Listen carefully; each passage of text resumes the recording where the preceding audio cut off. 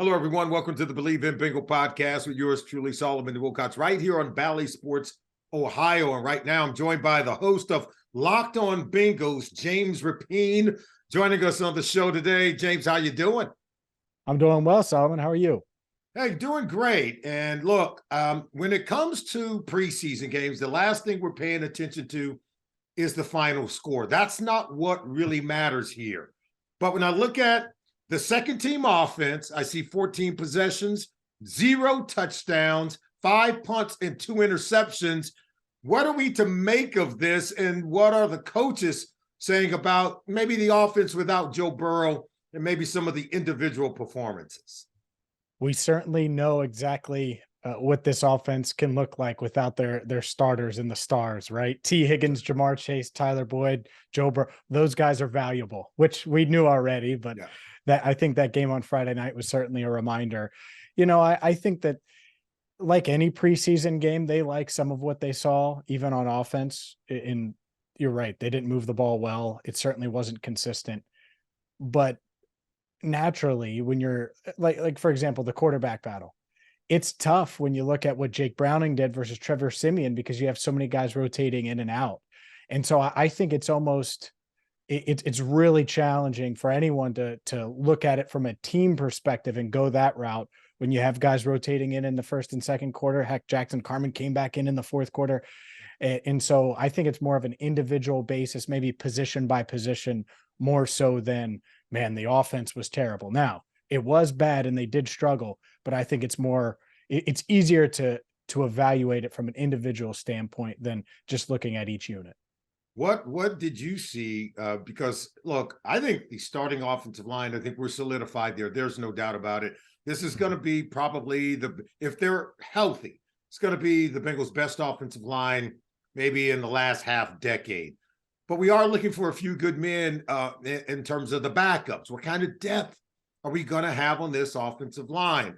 Carman Jackson struggled later. I thought Deontay Smith did a really good job. Max Sharping had some meaningful moments. Trey Hill, of course, he's moving around from center to guard. What are the coaches saying about the depth on this offensive line right now?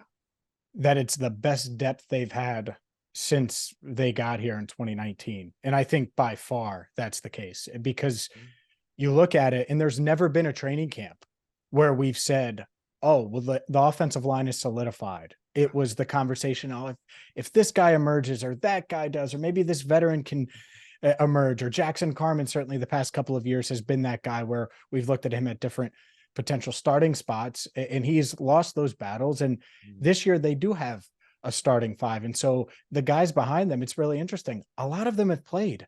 Akeem Adeniji has played meaningful snaps. Jackson Carman played in the AFC Championship game and in Buffalo in the divisional round in January. Obviously, he played at times as a rookie as well. So it's a really good spot to be in. They still have Lyle Collins.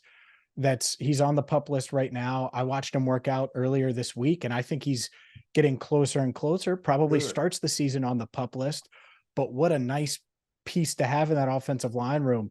So that's the battle now is over these next 2 preseason games, which young guy can emerge as maybe that swing tackle behind Orlando Brown Jr. and Jonah Williams? Is it Jackson Carman? Is it Deontay Smith? And then on the interior, right, Max Sharping taking snaps at center, Trey Hill trying to show that he's valuable at guard. These backup spots there aren't many available, and these guys are battling for the final few spots on this roster. Look, we all know the offensive line is only going to go, or I should say the offense is only going to go as far as the offensive line will take them. And I think on the defensive side, after losing guys like Jesse Bates and Von Bill, that experience and depth at the safety position, we all came into this training camp saying, whoa, we need some young guys to step it up. And it looks like they're doing just that. I saw some plays in that first preseason game against the Packers that made me smile. I know Lou Anarumo had to be smiling. Kind of give us an update on some of the depth that's emerging in that secondary, and boy, is it needed. No doubt it is needed. And let's start at safety, because I think nationally safety, losing Bates and Bell has been the spot that a lot of people have focused on. Will the Bengals defense be able to overcome it? And anytime you lose players like that, you're going to take a bit of a step back because they're established playmakers in the experience that they have in this league. That said, I think that Dax Hill did exactly what I expected him to do and continues to develop. He's this versatile piece where you can move him around. He obviously made a nice play against Christian Watson, playing that deep safety role. We've seen Nick Scott in camp play that role for most of the practices. And so it just shows Dax Hill's versatility. Jordan Battle, who I know you've interviewed and chatted with, he's kind of settling into that third spot. Oh, wait, not so fast. Tyson Anderson with a pick 6 and 2 interceptions. I think the depth in that safety room is much better than people realize. They're young, athletic, versatile.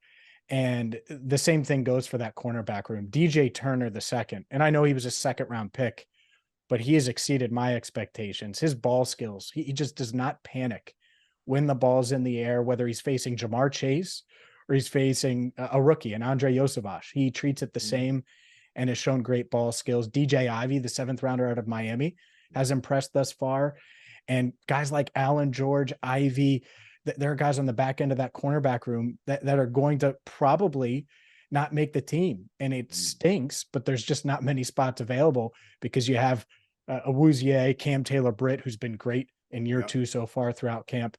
It's a fun secondary for sure. It's what you want. You want competition, and you want maybe some players coming out of an area. Maybe you didn't see it coming, but wow, when they catch your eye and impress, like a Tyson Anderson. There's a guy that runs a 4.3 40 as a bigger safety, and he has some versatility, but speed on the back end, as you well know, is a priority in Lou Anarumo's defense. We saw that in the range from Dax Hill. And so now the versatility with multiple players on the back end. It's a crowded room, and they're going to have some tough decisions to make when it's time to cut down to the final guys. Talk to me about some of the depth and maybe some of the players that we saw emerge on this defensive line. I thought Dominique Davis made a statement for himself. Just kind of help us to understand some of the battles that's taking place on the defensive line, also contributing to great depth. No doubt. Dominique Davis certainly emerged. He was a big part of that interception that Tyson Anderson had, the 43-yard pick 6, pressured Sean Clifford and was able to make him uncomfortable and force that throw a bit. But Zachary Carter in year 2, I think they've enjoyed what they've seen from him. Obviously, you look at where they're at defensive line wise, and they'd love for him to slide into that 3-tech pass rush type role on the interior. But the guy that stood out to me most is Jay Tufele.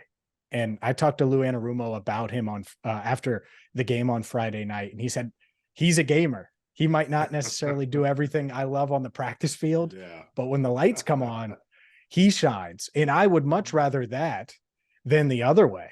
And so I think he's going to be a big part of this defensive line. And some might have had him on the bubble coming into camp, but the way he looked on Friday night and the way Lou Anarumo praised him, I think he's going to make this team. So you look at it, guys like Raymond Johnson III, and there are a few other guys in that room that could be on the outside looking in that have flashed at times, but with Davis and Tufele kind of being your back end defensive tackles, it's another deep room. I really think, and the theme has been how deep and how much depth they have. This is the deepest Bengals team that I've covered. It's one of the deepest teams that I've seen in all the years that I've been around the franchise. Obviously, the starters are well solidified. They needed some questions answered at the safety position, and they're answered early. You can check off the box. I feel very comfortable with Nick Scott. I feel equally as comfortable with Dax Hill filling in. And I love Cam Taylor-Britt. These guys are all around. He's a smart, heady player with great feel, but great physicality at the corner position, just like Chidi Awuzie, very physical as well. Both guys are going to grade out very high. Let's walk through our rookie report. I'm going to name each guy. Just give me maybe one quick line from maybe what you saw in that week 1 preseason or early in training camp, starting with Myles Murphy. Certainly has the traits, has the ability. You just needed to translate a little bit more as a pass rusher. So he's working through it a bit, but that's to be expected. Yeah, Lou Anarumo said that he just needs to see a little more energy, right? And that just tells you when you're a young player, we've all been there, you're thinking maybe a little bit too much, still trying to figure it out. But once that light comes on, now you can go real fast. You can be much more explosive at the point of attack. DJ Turner. Love his ball skills, like I said, in the speed. The speed part of it, he doesn't panic because he trusts his speed against anyone, and he's a nice piece. He's been getting a lot of reps against Jamar Chase, which is only going to help him. Yeah, third-round pick, safety, Jordan Battle. Well, he was dealing with an injury a bit, but I thought he was able to bounce back and play on Friday night and make some plays. Had a pass breakup, had a big hit, a tackle for loss. So I think he's only going to get better. Yeah, he certainly will. How about, we didn't see much of Charlie Jones, the fourth-round pick out of Purdue. I loved what I've seen from him in camp. Great route runner. I think he's going to be Joe Burrow's best friend eventually. They obviously haven't practiced together much yet, but he's dealing with a little bit of a shoulder injury. And I thought it was pretty noticeable on Friday night. So hopefully that shoulder gets better ahead of this week's game in Atlanta. Yeah, I know people are going to look at the yards per carry next to Chase Brown, but I love him as the check down option coming out of the backfield, where if he can make people miss and move the chains, I think that's going to be an uptick in the offense. What are you seeing from the running back, fifth-round pick, Chase Brown? Speed. I love his work ethic. I think he has the right attitude and approach. The magical question, or the big question when it comes to the running back room in general, who's going to emerge as that pass blocking back? And Brown is certainly in that mix. I hope I get the name right, because everyone sort of has their own take on Andre Yosivas, right? From Princeton, the sixth-round pick. Big, rangy, huge pass-catching radius. This young man has, I think, just a really good feel for the game, and he's always making plays. When the play's over, he's got the ball in his hands, and the defensive back is frustrated. He, coming in, you just assumed coming from Princeton, he would be raw. And I think that's fair to say. As a route runner, he's still learning the NFL route tree and all of those things. Yeah. But he's got good instincts. Yep. And it's translating. The talent's translating, his instincts and his ball skills. I mean, he's been able to go up against DJ Turner, as good of a camp as Turner has had. He's been able to make plays against some of these bigger corners too, DJ Ivy, some of these other guys. So I like what he's done in camp, and maybe he can be a contributor on offense sooner rather than later. Brad Robbins got to punt in this game. I know Drew Chrisman was out for. How about Robbins? Is this an upgrade? And obviously, you have to not only be able to punt it, but you got to factor in other places on special teams. No doubt. I get the same feeling I did a few years ago when they drafted Evan McPherson and you watched him kick in practice. It's the same thing with Brad Robbins. The way the sound of his foot in the ball coming off of his foot, I think that he's going to be the best punter they've had in recent years, and certainly during this 2-year window.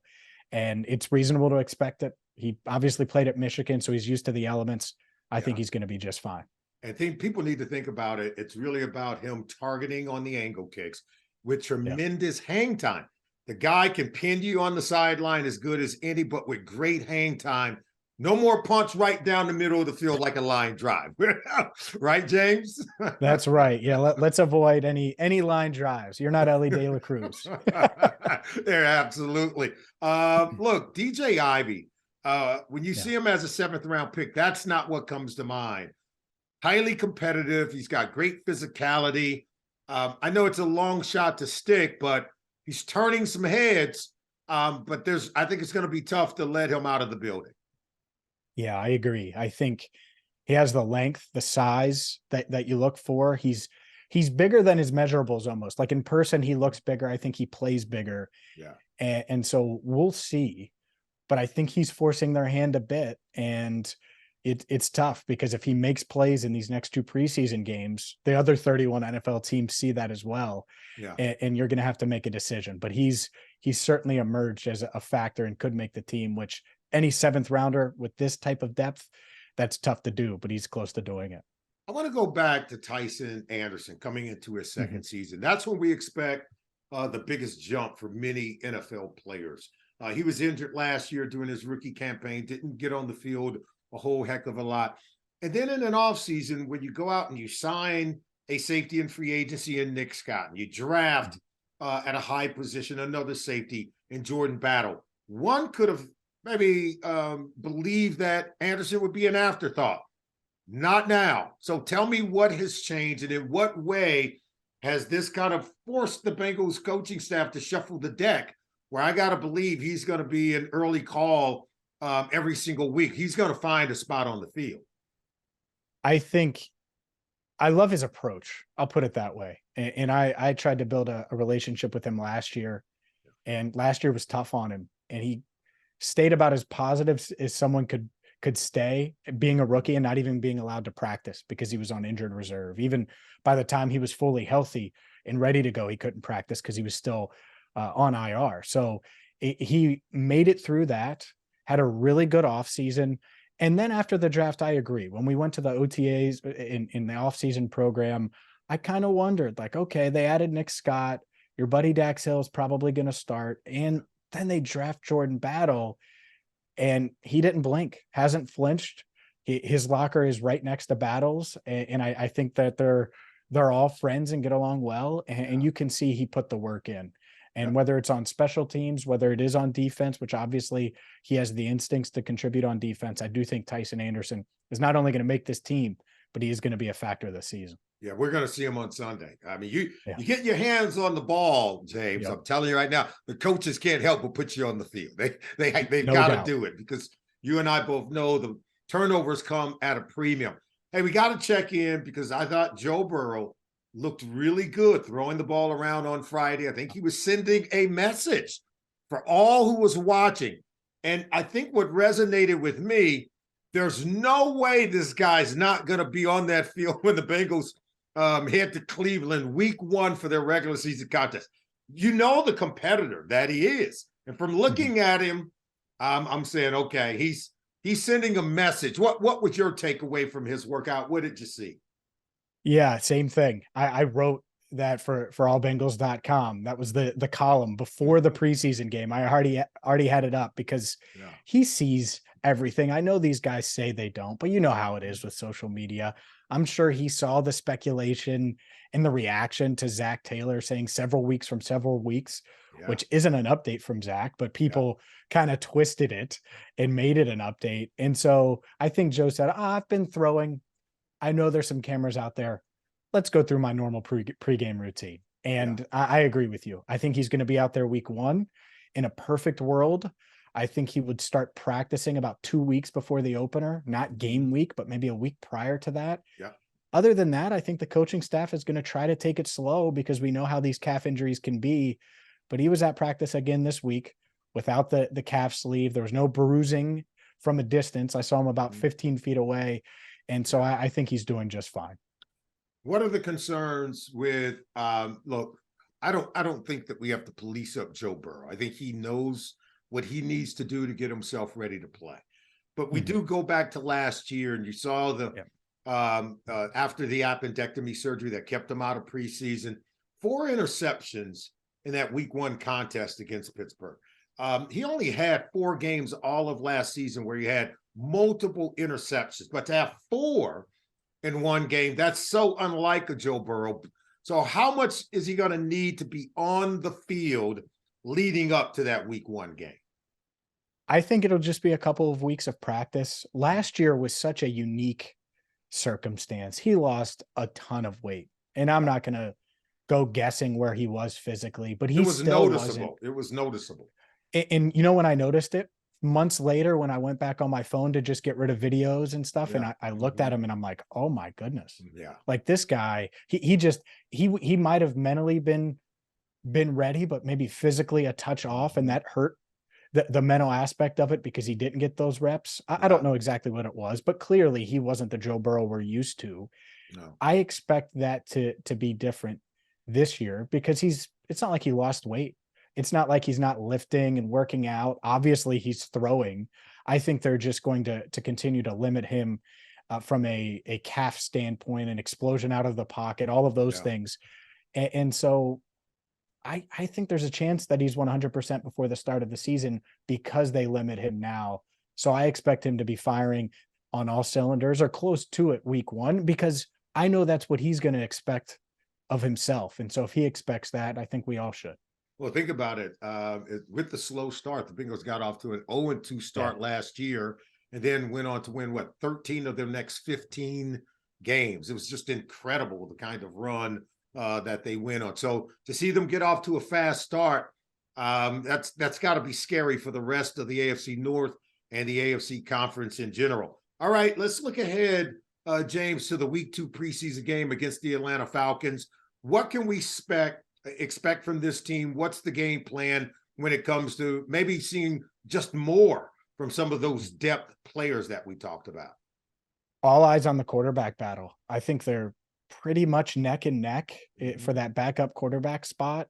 Trevor Siemian will get the start this week. All indications point to that. So it's going to be interesting to see.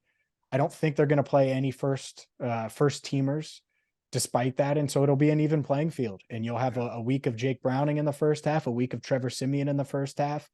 Other areas that I'm watching, obviously the backup offensive line roles, who plays where. Jackson Carman was getting reps at left tackle this week, so we could see him there instead of right tackle, which is where he took all of his work up until that Friday night game and through that game.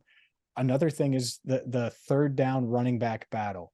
Will Travion Williams be able to suit up? He's dealing with an ankle injury. I thought he was the favorite to win that role coming into camp just because he's been in the system. I think they trust him as a pass blocker, but he needs to show it. Meanwhile, Chris Evans is trying to make an impact, the rookie Chase Brown as well. So those are some areas that I think could be solved or partially solved on Friday night. Chase Brown, just like most rookies, got a little bit confused with the blitz protection, right? Allowed a free runner to kind of get in there. But when it comes to moving the chains now, he's special. Chris Evans is a guy that, had a nice little run, read the blocks really well, was able to get to the next level. He always seems to shine when he get an opportunity. So I love what you're talking about. Some real competition in that backfield. There's no doubt about it. One guy that you got to help me out here, James. We loved Hayden Hurst, right? We hated to see him go. And now in comes Irv Smith Jr. with, I think, maybe a little more athleticism, but tremendous talent that kind of catches you. I want to see more of Irv Smith Jr. What are you seeing over there on a day-to-day basis at practice? And when might we see that talent flash? I certainly think that you can see that, and you can see how he's going to be able to fit in this offense because he has that run after catch ability, that athleticism. And when you think about this offense, the tight end is probably the 5th option in the passing game behind the 3 receivers and Joe Mixon. And so I think he can fill that role at a high level. Had a touchdown in the red zone in practice yesterday. And it's really about him mastering the offense, getting as comfortable as he can. Because once Joe Burrow comes back, we know it. Whether it was CJ Uzomah a few years ago, whether it was Hayden Hurst last year, he likes throwing to the tight end. So I think Smith is ready for that challenge. Think about it, to have that tight end position, because he's going to get a lot of single coverage. You're too busy as a defensive coordinator trying to stop Tyler Boyd, T. Higgins, and Jamar Chase that the tight end's going to get single coverage. And to have a third down back that's operating in space, that defense is no way you can account for those other guys and try to stop the third down back coming out. It's going to be a lot of space to operate. This is going to be a fun offense to watch in the upcoming 2023 season. James Rapien joining us right here on the Believe in Bengal podcast, right here on Valley Sports Ohio. Thanks for joining me, and we got to have you on more often, okay? Sounds good to me. I appreciate it. Thanks for having me. All right, James. All right. We'll be back with more after this.